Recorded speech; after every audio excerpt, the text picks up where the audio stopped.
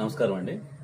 ఈరోజు దండుపూడి గ్రామంలో ఉన్నటువంటి షేక్ పుటాలి నిషా అనేటువంటి పాప మా దగ్గరే చదువుకుంది. అమ్మాయి చదువుకున్న దగ్గర నుంచి అనారోగ్యంతో ఉంది. అయితే అప్పటి నుంచి 2-3 సంవత్సరాల నుంచి ట్రీట్మెంట్ చేస్తున్నారు. ఇప్పుడు అమ్మాయికి అన్ని హాస్పిటల్లో తిరిగారు. కొద్దిగా వాళ్ళు లేవలే పేదరికంలో ఉన్నారు. కొంత వైద్యం అయితే జరుగుతుంది. అయితే వాళ్ళు గడవడం కూడా కష్టమైన పరిస్థితిలో ఉన్నటువంటి జమాత్ ద్వారా చెప్పారు.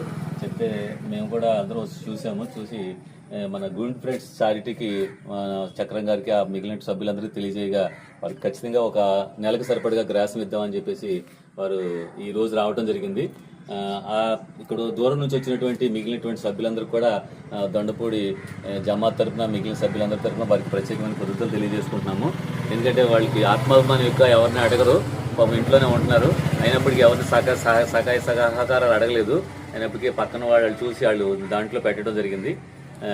గ్రూప్లో పెట్టినప్పుడు నేను చూసి వెంటనే ఆ పాపకి ఏమైనా కొద్దిగా హెల్ప్ చేస్తే బాగుంటుంది కుటుంబ సభ్యులుగా అని చెప్పేసి ఇది చేయడం జరిగింది.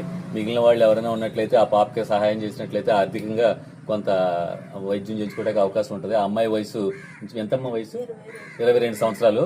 అమ్మాయి కొద్దిగా లేవలేని తిరగలేని స్థితిలో ఉంది. కొద్దిగా ఎవరైనా ఉన్నట్లయితే అమ్మాయికి ఆర్థిక సహాయం చేయండి, వైద్యం చేయించుకోవడానికి అవకాశం ఉంటుంది. Thank you very much.